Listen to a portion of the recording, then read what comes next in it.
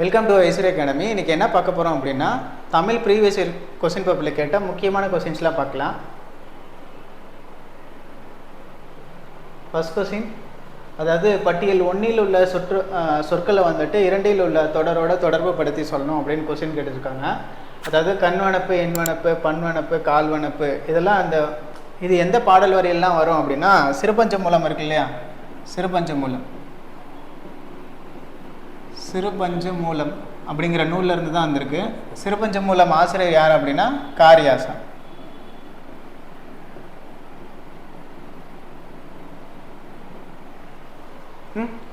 அதாவது கண்வனப்பு அப்படின்னா எது கூட பொருந்தும் அப்படின்னா கண்ணோட்டம்.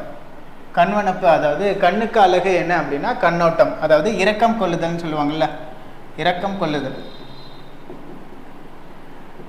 கண்ணுக்கு அழகு என்ன அப்படின்னா இரக்கம் கொள்ளுதல். அடுத்து எண்வனப்பு என்ன அப்படின்னா இத்துணையம், இது ரெண்டாவது. எண்வனப்பு என்ன அப்படின்னா இத்துணையம். எண்வனப்புனா ஒரு ஆராய்ச்சிக்கு அழகு என்ன அப்படின்னா முடிவை வந்துட்டு அதாவது துணிந்து உரைக்கிறதல், அதுதான் இத்துணையம் சொல்லுவாங்க, துணிந்து உரைக்கிறதல். அடுத்து பண்வனப்பு என்ன அப்படின்னா கேட்டோர் நல்லென்றல்.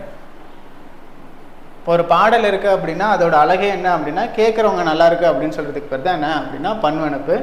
அடுத்து கால்வனப்பு என்ன அப்படின்னா செல்லாமை. செல்லாமைனா பிறரிடம் இறந்து செல்லாமை, பிறரிடம் இறந்து செல்லாமை. ஒன்றும் இல்லை, கண்வனப்பு அப்படின்னா கண்ணுக்கு என்ன அழகு அப்படின்னா பிறரிடம் இறக்க கொள்ளுதல், அதாவது அதான் கண்ணோட்டம். எண்வனப்பு அப்படின்னா முடிவை வந்துட்டு துணிந்து வந்துட்டு உரைத்தல். பண்வனப்பு என்ன அப்படின்னா ஒரு பாடலோட அழகு என்ன அப்படின்னா கேட்குறவங்க வந்துட்டு நல்லா இருக்குன்னு சொல்கிறது. கால்வனப்பு என்ன அப்படின்னா பிறரிடம் இறந்து செல்லாமை. இதெல்லாம் எந்த நூலில் இருக்குது அப்படின்னா சிறுபஞ்ச மூலம். ஆசிரியர் யார் அப்படின்னா காரியாசன். சிறுபஞ்ச மூலத்தில் வந்துட்டு 5 வேர்கள் பற்றி சொல்லியிருப்பாங்க, அதெல்லாம் முக்கியமானது.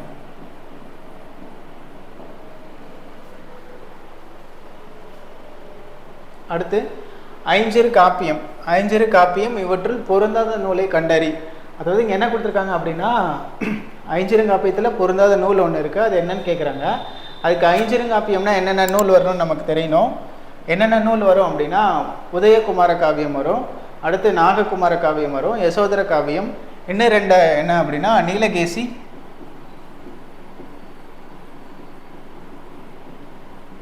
அடுத்து சூலாமணி. இது 5 என்னதான் ஐஞ்சிறுங்காப்பியம். அதாவது என்னென்ன அப்படின்னா உதயகுமார காவியம், நாககுமார காவியம், யசோதர காவியம், நீலகேசி, சூலாமணி. கொஸ்டின் என்ன கொடுத்துருக்காங்கன்னா ஐஞ்சிறுங்காப்பியங்கள் இவற்றில் பொருந்தாத நூல். அப்போ பொருந்தாத நூல் என்ன இருக்குது, மீதி 1 ராவண காவியம் மட்டும் இருக்குது. ராவண காவியம் ஆசிரியர் யார் அப்படின்னா புலவர் குழந்தை.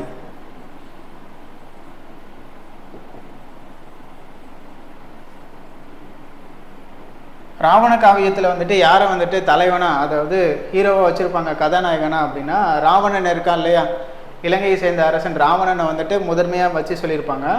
கம்பராமாயணம் யார் எழுதினாங்க அப்படின்னா கம்பர். ராவண காவியம் யார் எழுதியிருப்பாங்கன்னா புலவர் குழந்தை. ரொம்ப முக்கியமானது. இந்த புலவர் குழந்தை என்ன பண்ணியிருப்பார் அப்படின்னா ராவண காவியம் அப்படிங்கிற நூல் எழுதியிருப்பாங்க, இது ரொம்ப முக்கியமானது. இப்போது ஐஞ்சிறுங்காப்பியங்கள் பார்த்தோம்ல, உதயகுமார காவியம், அடுத்து நாககுமார காவியம், யசோதர காவியம், நீலகேசி, சூலாமணி. இது ஐஞ்சிறுங்காப்பியங்கள் எல்லாமே எதை பற்றி சொல்லும் அப்படின்னா எந்த சமயத்தை பற்றி சொல்லும் அப்படின்னா சமண சமயத்தை பற்றி சொல்லும். சமண சமயம். இது ஐஞ்சிறுங்காப்பியங்கள் அனைத்துமே எதை சொல்லும் அப்படின்னா சமண சமயத்தை சொல்லும், ரொம்ப முக்கியமானது. இப்போது பொருந்தாது எதுன்னு கேட்டால் ராவண காவியம். ராவண காவியம் ஆசிரியர்னா புலவர் குழந்தை.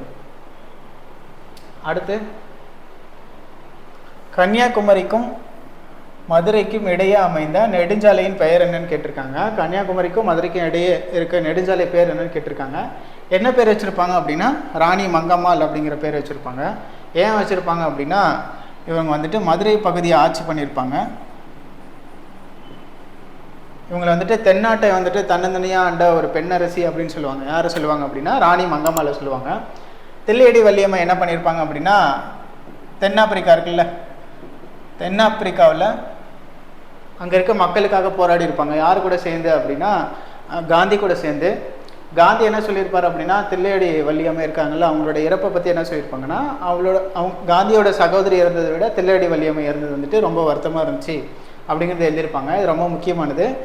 தில்லையடி வள்ளியம்மை அப்படிங்கிறது, தில்லையடிங்கிறது வள்ளியம்மை எங்கே பிறந்திருப்பாங்கன்னா சவுத் ஆப்பிரிக்காவில், அதாவது தென்னாப்பிரிக்காவில் பிறந்திருப்பாங்க. தில்லையடி அப்படிங்கிறது யார் பிறந்த ஊர்னு ஒரு தடவை ப்ரீவியஸ் இயர் கொஸ்டினில் கேட்டிருக்காங்க. தில்லையடிங்கிறது வள்ளியம்மையோட அம்மா இருக்காங்கல்ல, அவங்க பிறந்த ஊர் தான் தில்லையடி. அடுத்து வேலுநாச்சியார் என்ன சொல்லுவாங்க அப்படின்னா தென்னிந்தியாவின் ஜான்சி ராணின்னு சொல்லுவாங்க. தென்னிந்தியாவின் ஜான்சி ராணி. ஆங்கிலேயர்களுக்கு எதிராக வந்துட்டு முதல்ல போர் புரிஞ்சது இவங்க தான். தென்னிந்திய ஜான்சி ராணின்னு சொல்லுவாங்க. ரொம்ப முக்கியமானது. அடுத்து ஜான்சி ராணி இருக்காங்கல்ல, இவங்களோட பேர் என்ன அப்படின்னா, ஜான்சி பகுதி ஆண்டிருப்பாங்க. இவங்களோட பேர் என்னன்னா ராணி லட்சுமி பாய்.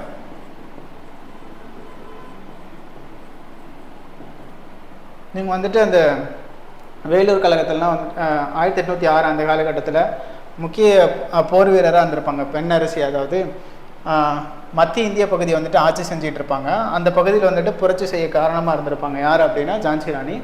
இப்போது கொஸ்டினில் கன்னியாகுமரிக்கும் மதுரைக்கு இடையே அமைந்துள்ள நெடுஞ்சாலைக்கு பேர் என்ன அப்படின்னா ராணி மங்கம்மாள் சாலை. அடுத்து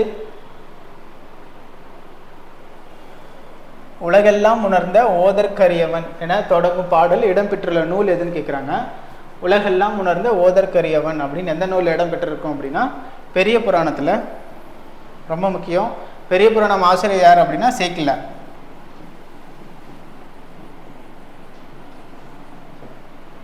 பெரிய புராணத்துக்கு சேக்கிலார் இட்ட பெயர் என்ன அப்படின்னா திருத்தொண்டர் புராணம்னு சொல்லுவாங்க. திருத்தொண்டர் புராணம் ரொம்ப முக்கியமானது. இதெல்லாம் திருத்தொண்டர் புராணத்தில் யாரை பற்றி சொல்லியிருப்பாங்க அப்படின்னா 63 நாயன்மார்கள் இருக்காங்கல்ல, அவங்கள பற்றி சொல்லியிருப்பாங்க. இப்போது பெரிய புராணத்துக்கு இன்னொரு பேர் என்னென்னா திருத்தொண்டர் புராணம். சேக்கிலாரோட இன்னொரு பேர் என்ன அப்படின்னா உத்தம சோழ பல்லவர்னு சொல்லுவாங்க. உத்தம சோழ பல்லவர் எல்லாம் ரொம்ப முக்கியமானது. அடுத்து திருமந்திரம் யார் எழுதியிருப்பாங்க அப்படின்னா திருமூலர் எழுதியிருப்பாங்க.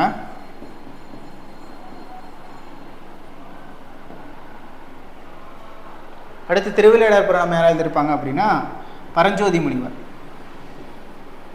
பரஞ்சோதி முனிவர் எழுதியிருப்பாரு.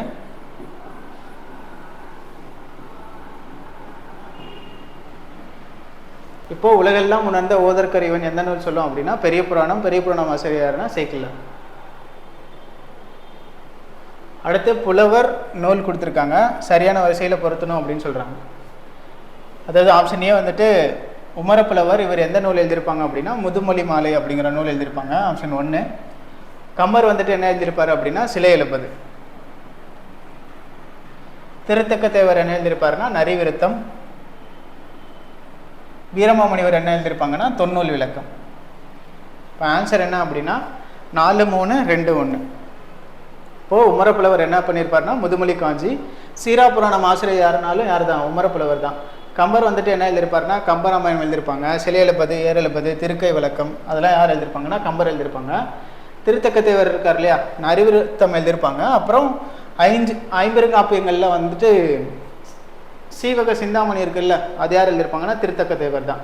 வீரமாமுனிவர் என்ன நூல் எழுதியிருப்பாங்க அப்படின்னா தொன்னூல் விளக்கம். அப்புறம் தேவாரம்லாம் எழுதியிருப்பாங்க. தொன்னூல் விளக்கத்தை என்ன சொல்லுவாங்க அப்படின்னா குட்டி தொல்காப்பியம்னு சொல்லுவாங்க. குட்டி தொல்காப்பியம். தேவாரம் எழுதியிருப்பார். சதுரகராதி அப்படிங்கிற நூலில் எழுதியிருப்பாங்க. யாருன்னா வீரமாமுனிவர். ஓகே, அடுத்த கிளாஸில் அடுத்த முக்கியமான ப்ரீவியஸ் இயர் கொஸ்டின்லாம் பார்க்கலாம். நன்றி.